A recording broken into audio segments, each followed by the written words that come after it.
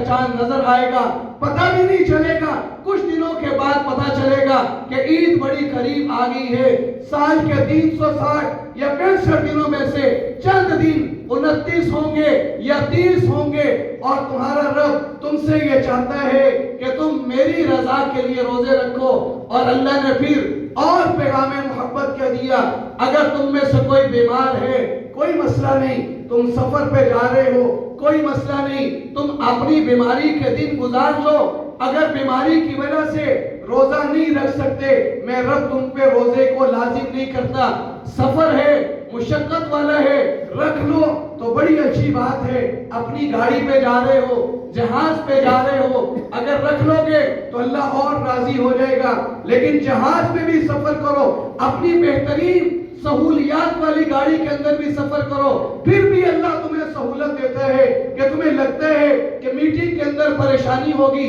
Market کے اندر پھرنے میں پریشانی ہوگی، سودا خریدنے میں، بازاروں کے اندر پھرنے میں پریشانی ہوگی، کوئی بات نہیں، تم ان روزوں کو گن لو، تمہارے کتنے دن بیماری کے گزرے، تمہارے کتنے دن سفر کے گزرے، ایام معدودات، ان دنوں میں سے ان دنوں کو شمار کرو، اور جو دن باقی بچیں گے، پھر جب تمہیں اللہ موقع دے گا،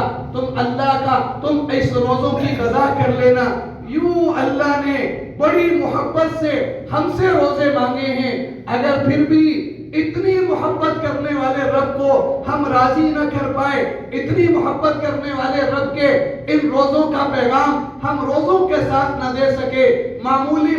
بہانوں سے ہم نے روزے کو چھوڑ دیا، ہم نے روزے کو ضائع کر دیا، ہم نے روزے کو نظر انداز کر دیا۔ یاد رکھیے، جو رمضان کے روزوں کو نظر انداز کرتا ہے، اللہ کی اس پیاری عبادت کو نظر انداز کرتا ہے۔ حضور اکرم صلی اللہ علیہ وسلم نے فرمایا، جس آدمی نے بلا وجہ رمضان کا روزہ نہیں رکھا، وہ سارا سال بھی اس کی قضا کے اندر روزے رکھنا چاہے، تو جو اللہ نے اجر اس رمضان کے روزے کا رکھا ہے، وہ سارا سال بھی انسان اللہ کی اس روزے کی قضا کے اندر روزہ رکھنا چاہے، وہ اس